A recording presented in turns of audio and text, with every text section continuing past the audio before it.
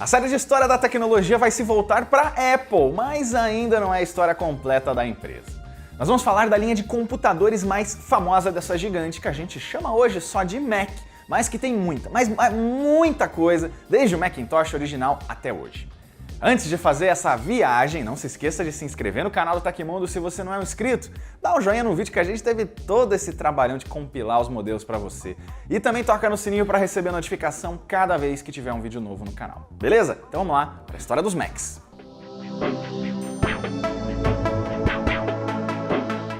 A história começa em 1979, com a Apple já uma companhia de sucesso, mas ainda restrita ao mercado hardcore de entusiastas de computadores.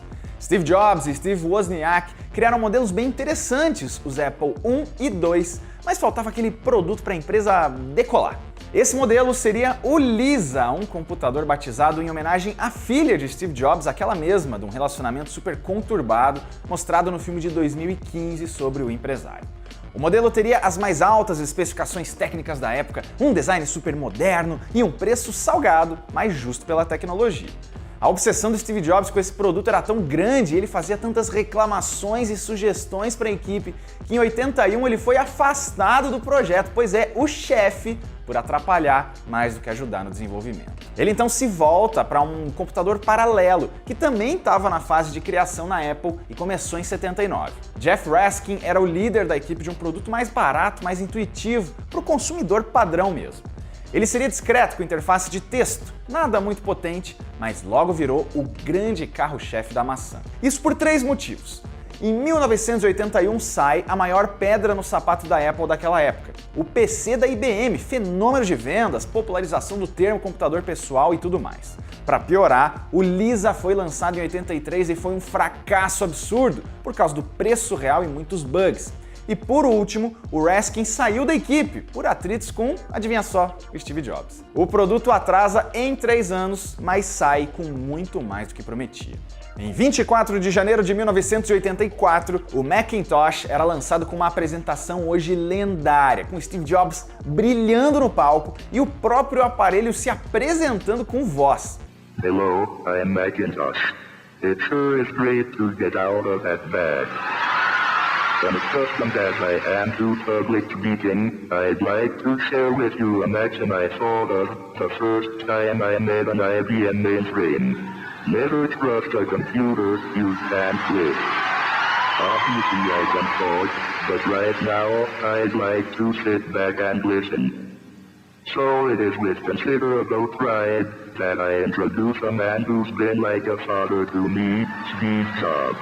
Ele tinha mouse, teclado e uma interface gráfica em preto e branco, a primeira versão do macOS. Muitas dessas tecnologias foram criadas pela Xerox, que já tinha desenvolvido essas novidades em um de seus laboratórios, um caso que a gente já explicou na história da Xerox e do PARC, que é o Palo Alto Research Center. Aliás, vale a curiosidade aqui, viu? Macintosh é uma espécie de maçã sem o A do Mac, que por sua vez ganhou esse nome a partir do sobrenome do responsável pela descoberta, que é um norte-americano descendente de escoceses. Esse modelo ficou conhecido mais pra frente como Macintosh 128K, e sim, é daquele comercial clássico de 1984, dirigido por Ridley Scott e apresentado no Super Bowl. Tudo parecia que ia dar certo, mas ele também era muito caro, $5.595, já com aquela valorização que a Apple tem até hoje. Não foi um sucesso absurdo de vendas, mas virou um ícone da indústria e revolucionou o setor. No mesmo ano, o Macintosh com 512 de RAM foi lançado e anos depois veio uma versão Plus, que permitia a conexão de até 7 periféricos e tinha 1 MB de RAM. Esse sim, excelente no mercado.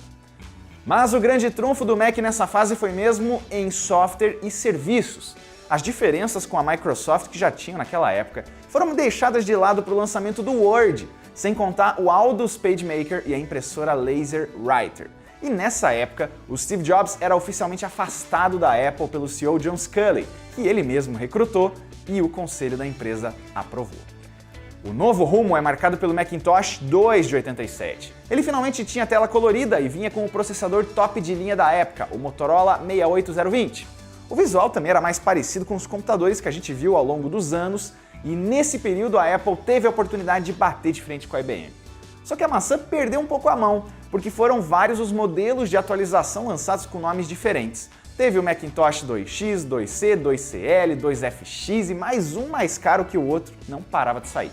Definitivamente não era uma boa estratégia de mercado e a empresa pagaria o preço por isso. No final da década veio ainda o modelo Portable, o primeiro da Apple totalmente a bateria e com tela LCD, e o Classic, já em 1990, readaptando o design original com alguns toques de modernidade. Esse foi o último modelo de Mac que teve como chefe de produto o Jean-Louis Gasset, um executivo polêmico que foi quem descartou produtos de baixo custo na Apple, alegando que a margem de lucro nos mercados de top de linha eram muito maiores.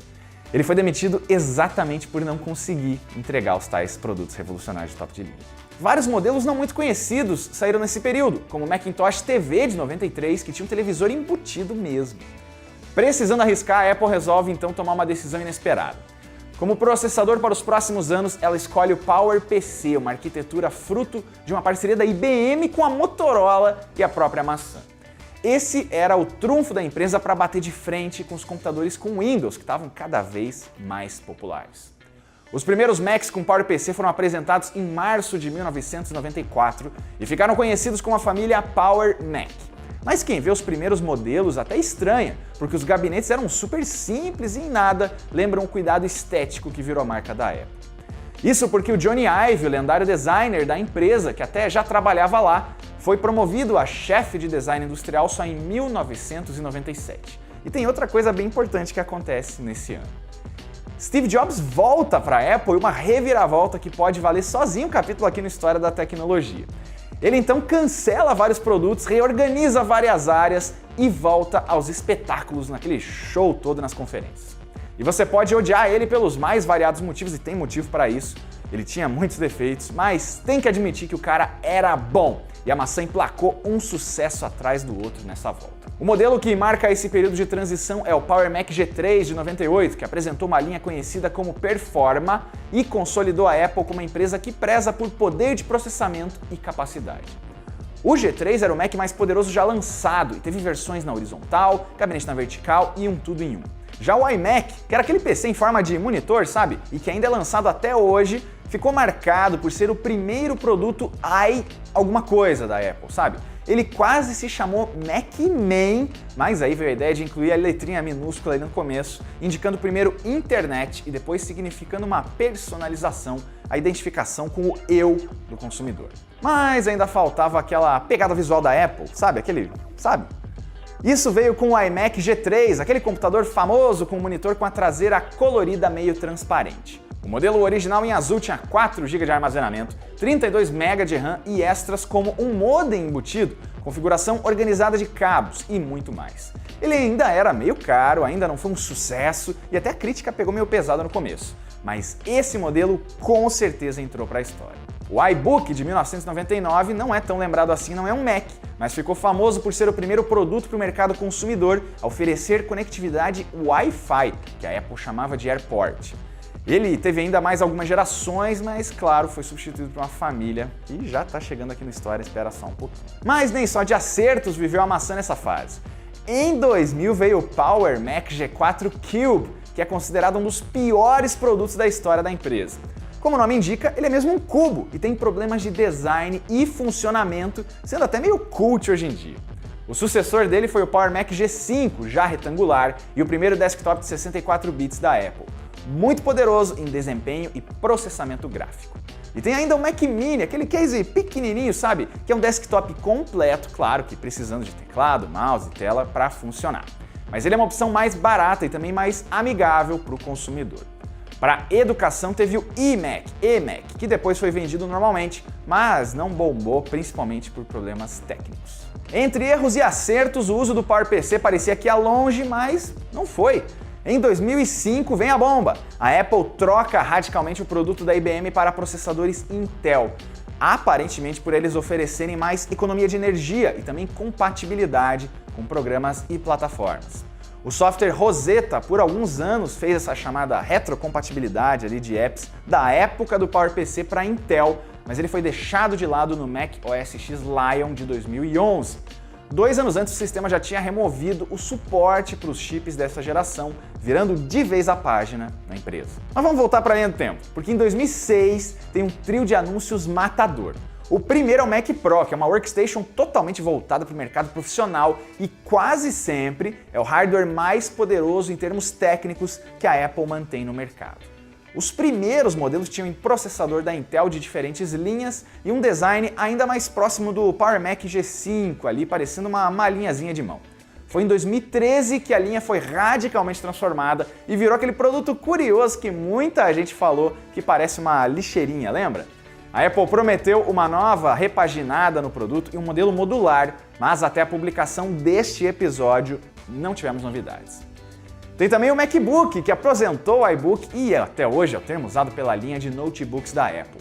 O modelo original de policarbonato vinha nas cores preta e branca com processador Intel Core Duo. Por último, veio também o primeiro MacBook Pro, com 15 e 17 polegadas, uma pegada realmente mais premium. Em 2012, ele ganhou a tecnologia de tela Retina Display, e em 2016 o polêmico atalho da Touch Bar, que não foi exatamente bem aceito por todo o público. A família MacBook ficou completa em 2008 com o modelo Air, vendido como o notebook mais fino do mundo, sem sacrificar tamanho do teclado ou desempenho, mas com foco total em portabilidade. Tem muito modelo atualizado anualmente ou a cada 2 anos e a gente não pode citar tudo por aqui, então conta nos comentários quais os seus Macs favoritos de agora ou do passado. Os lançamentos mais recentes são do segundo semestre de 2018 e incluem um MacBook Pro, um Mac Mini e um MacBook Air. E a gente precisa falar também do nome das versões do sistema operacional da Apple que roda nos Macs. Os primeiros PCs da marca rodavam o macOS, com atualizações que eram numeradas, foco em multitarefas, mas chegou uma hora que só isso não era suficiente. Ela tentou inovar no meio dos anos 90 com protótipos chamado Copland e Rhapsody, mas nenhum vingou. O embrião do sistema que a gente hoje conhece veio na Next, que é aquela empresa que o Steve Jobs fundou no tempo em que esteve afastado. O Mac OS X Server 1.0 foi o primeiro dessa nova fase, com uma interface renovada chamada Aqua e o Dock, que é aquela bandeja de aplicativos. Com o tempo, as atualizações foram recebendo nomes para ficar melhor ali de anunciar, vender e lembrar. Da 10.0 a 10.8 foram nomes de grandes felinos: Cheetah, Puma, Jaguar, Panther, Tiger, Leopard, Snow Leopard, Lion e Mountain Lion. Na 10.9 a nomenclatura muda para homenagear pontos turísticos da Califórnia, com Mavericks, Yosemite, El Capitan, Sierra, High Sierra e a mais recente, que é a Mojave.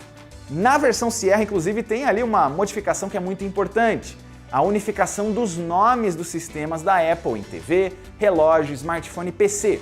O Mac OS X vira então Mac OS e ganha uma série de novidades, especialmente em identidade visual e na possibilidade de continuidade de tarefas de um dispositivo da empresa para o outro. A nossa ideia aqui não é falar do sistema, mas diz aí nos comentários o que você mais gosta nele, se gosta mais do que o Windows, se prefere o Windows, o que você quiser. Com o tempo, os Macs foram perdendo um pouco o preconceito que muita gente tinha de ser só mais um produto caro da Apple. Ele é muito importante hoje para profissionais de design, engenharia e produção criativa no geral e ajudou a construir todo o ecossistema da Apple. Ele não é super disseminado que nem o Windows, que está em quase tudo quanto é PC, ou tem uma comunidade tão fiel em desenvolvimento quanto o Linux, já que é bem mais fechado, mas tem o seu charme, tem as suas qualidades e tem a sua contribuição para a história da tecnologia. E essa história dos Macs, tanto computadores desktop, laptop, quanto o sistema operacional, uma das frentes mais importantes da Apple desde o início da sua história e continuando até hoje. Se você tiver uma sugestão de empresa, de produto ou de serviço para virar tema aqui no História da Tecnologia, deixe seu comentário, você sabe que a gente lê e atende os pedidos. Confere o playlist do História da Tecnologia para saber do que a gente já falou. Se inscreve no canal do Tecmundo, dá o joinha, toca no sininho e até a próxima.